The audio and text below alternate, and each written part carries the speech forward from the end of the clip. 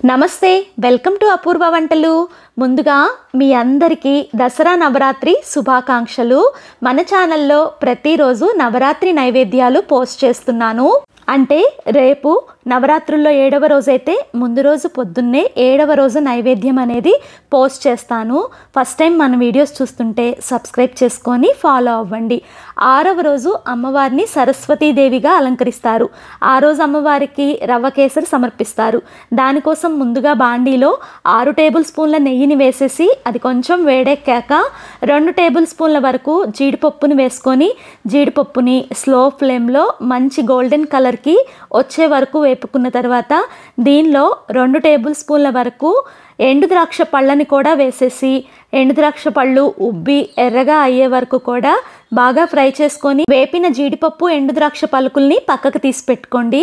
ఇప్పుడు అదే బాండీలో 250 గ్రాములు అంటే ఒక పెద్ద మంచినీళ్ళ గ్లాసు వరకు ఉప్మా రవ్వ, బొంబాయి రవ్వ దాన్ని వేసేసి రవ్వ అనేది ముందు నేతిలో బాగా కలిసే విధంగా గెరిటతో మిక్స్ చేసుకున్న తర్వాత మంటని సిమ్లో పెట్టుకొని ఒక 4 నిమిషాల పాటు వేపుకోండి.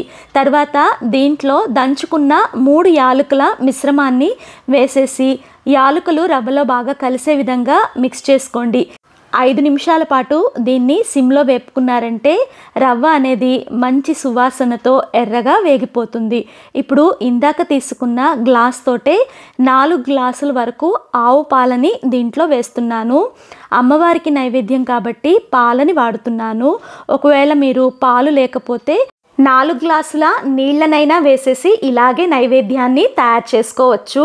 పాలు వేసిన తర్వాత పాలు ఈ రవ్వ కూడా బాగా కలిసే విధంగా మిక్స్ చేసుకొని మీడియం ఫ్లేమ్లో ఒక 10 నిమిషాలు ఉడికించుకున్నారంటే రవ్వ కేసరి అనేది దగ్గరికి పడుతుంది. చూడండి, ఇలా దగ్గరికి పడిందంటే ఇది రెడీ అయినట్టే.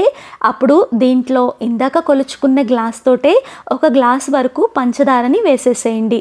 పంచదారకి బదులు బెల్లమైనా ఈ స్టేజ్లో వేసుకోవచ్చు.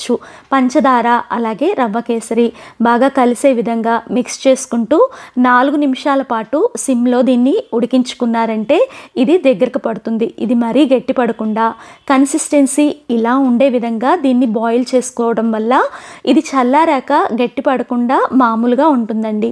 ఇప్పుడు స్టవ్ ఆఫ్ చేసేసుకొని దీనిలో ఇందాక ఫ్రై చేసుకున్న జీడిపప్పు ద్రాక్ష పళ్ళని వేసేసి మూత పెట్టేసేసేయండి.